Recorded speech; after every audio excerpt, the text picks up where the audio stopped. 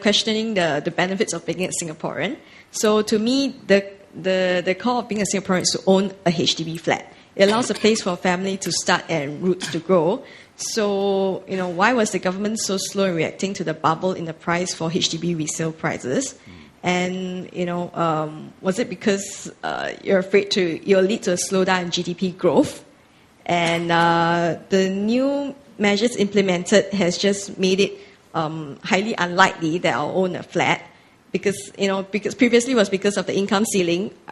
We were not allowed to buy a HDB flat. So I have no choice but to buy a private. And now I'm a private owner, I'm not allowed to buy a HDB flat. Whereas a HDB, flat owner, after 5 years MOP, they're allowed to buy a private. So, it makes me, think again, why am I here? Okay, why am I answering all the questions? Why not some of you answer her question? No, these are difficult issues. So the reason why we did not move so quickly to control the housing price is because you got to watch. Is there a problem of a bubble? Affordability is a different question. There's market supply and demand. But if a speculative bubble is building up and banks begin to lend more and more money to people to buy homes, when the bubble bursts on its own, as it must burst, because how big can a balloon be? So when they burst, the consequence is not just on the house buyers. The consequence is also on the banks, which lend money to these people. And if the banks begin to wobble because mortgages cannot be repaid, that has a systemic problem for the whole economy, because banks are critical to our economy. So you've got to watch this. Second reason is, are we sure that this is not the result of fundamental increases in demand for homes, and there's an underlying support for the high price?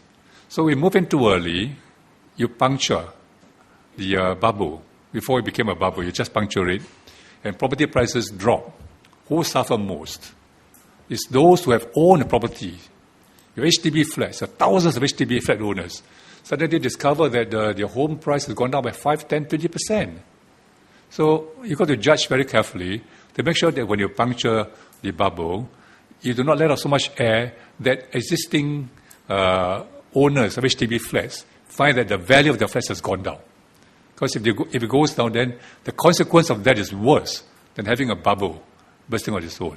So you notice that some months ago, we put a pink prick to signal that the more will be coming. If somehow the bubble is still growing up, still blowing up.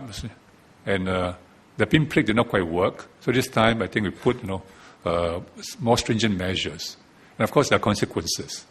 Like you mentioned, you own a private home, you can't buy an HDB flat. And it is intended so that the first-timers would have a better chance of buying the HDB flat. Prices will be kept down. So this is the dilemma which I talk about. You solve this, people are unhappy. Yeah. NS was one good reason, but he was not unhappy. He was just making a point about token appreciation. But the others were unhappy. Those who miss, by a few months and so on, or by one cycle, they are unhappy, you see. So it's very difficult to satisfy everybody.